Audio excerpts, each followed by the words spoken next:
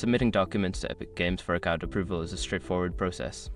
Follow these steps to ensure your submission is successful. Step 1. Prepare your documents. Gather all necessary documents required for account approval. This may include identification, proof of address, or any other relevant information specified by Epic Games.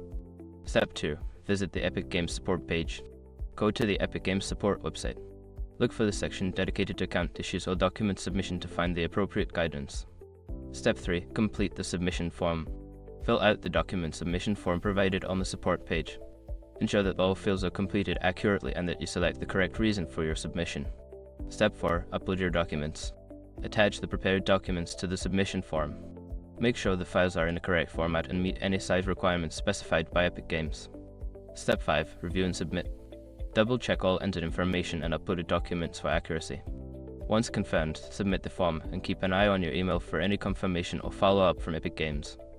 After following these steps, you should receive a response from Epic Games regarding your account approval status. Be patient as processing times may vary.